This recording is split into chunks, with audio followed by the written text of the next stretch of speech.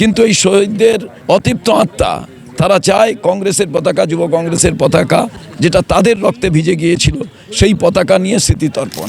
মনীশ গুপ্ত মন্ত্রী হলেন, এমএলএ হলেন, এমপি হলেন, ফাইলটা খোলা হলো না, কমিশনের রিপোর্ট বেরোলো না, কোথা থেকে গুলি চললো, কেন মারা গেল? 21শে জুলাই কার, এই নিয়ে কিন্তু বাংলার রাজনীতিতে তরজা চলছে। অপরদিকে আমরা দেখতে পাচ্ছি যে তৃণমূলের দুই শিবির, তার মধ্যে ঋতব্রত শিবির, তারা কিন্তু মেয়র রোডে গান্ধী মূর্তির পাদদেশে তারা স্থান দেখেছে এবং সেখানে গতকালকে তারা গিয়ে সেই স্থান দেখে পরিমাপ করে গিয়েছে। অপরদিকে আজকে প্রদেশ কংগ্রেস সভাপতি শুভঙ্কর সরকার তিনি কিন্তু শহীদ মিনার ময়দানে এসে উপস্থিত হয়েছেন এবং ক্যামেরা পার্সনকে সেই চিত্র দেখাতে বলবো এবং এই নিয়ে শুভঙ্কর সরকার তিনি কি বলছেন শোনাবো আপনাদের। দাদা, আমরা দেখতে পাচ্ছি যে 21শে জুলাই নিয়ে তৃণমূল কংগ্রেসের দুই শিবিরের মধ্যে লড়াই হচ্ছে, অপরদিকে আপনারা শহীদ মিনার ময়দানে এসেছেন এবং পুরো এলাকা পরিদর্শন করছেন, কি বলবেন? আমরা একেবারে পারমিশন পেয়েই মাপামাপি করছি, তার আগে নয়। এবং আপনাদের জেনে রাখা দরকার এই পারমিশনের তার কপি। এবং দ্বিতীয় জিনিস আপনারা জেনে রাখুন, এবারে আমাদের যুব কংগ্রেসের কর্মীরা 1993 সালে কংগ্রেসের কর্মীরা কংগ্রেসের পতাকা, যুব কংগ্রেসের পতাকা নিয়ে যে আন্দোলন করেছিল, সেই আন্দোলনের উপরে নির্বিচারে গুলি চলে, আমাদের কর্মীরা, পরিবারের লোকেরা, ভাইয়েরা মারা যায়। এই নিশ্চিতভাবে মমতা বন্দ্যোপাধ্যায় সেদিন, আমরা ইতিহাসকে বিকৃত করি না, নেতৃত্ব দিয়েছিলেন, কংগ্রেসের নেতারাও নেতৃত্ব দিয়েছিলেন। পরবর্তী ক্ষেত্রে মমতা বন্দ্যোপাধ্যায় দল পরিবর্তন করেন, এই শহীদদের তিনি অন্য পতাকার নিচে উদযাপন করেছেন। কিন্তু এই শহীদদের অতৃপ্ত আত্মা তারা চায় কংগ্রেসের পতাকা, যুব কংগ্রেসের পতাকা, যেটা তাদের রক্তে ভিজে গিয়েছিল, সেই পতাকা নিয়ে স্মৃতিতর্পণ।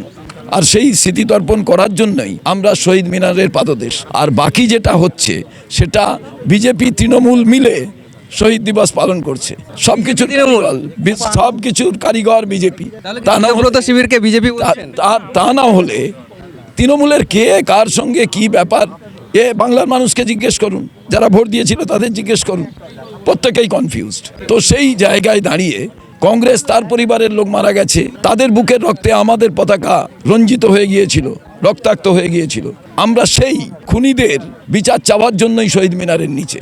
মনীশ গুপ্ত মন্ত্রী হলেন, এমএলএ হলেন, এমপি হলেন, ফাইলটা খোলা হলো না, কমিশনের রিপোর্ট বেরোলো না, কোথা থেকে গুলি চললো, কেন মারা গেল, পতাকা জানতে চাইছে। ভোটের পর থেকে আমরা দেখেছি যে কংগ্রেস তার শক্তি অর্জন করছে, পুরনো শক্তি অর্জন করছে, সেই শক্তির ছাপকে আমরা এই শহীদ মিনার সভাতে আমরা কোনো শক্তি সঞ্চয় নয়, বাংলার মানুষ তো বিচার করবেন। আমাদের ভাইদের রক্তে পতাকা রঞ্জিত হয়ে গেছিল, সেই রঞ্জিত পতাকা নিয়ে, রক্তাক্ত পতাকা নিয়ে আমরা সেই আমাদের ভাইদের স্মৃতিতর্পণের জন্য এই ঐতিহাসিক শহীদ মিনারের নিচে, যেখান থেকে আমরা শপথ নেব কোনো মায়ের কোল আগামী দিনে খালি যাতে না হয়।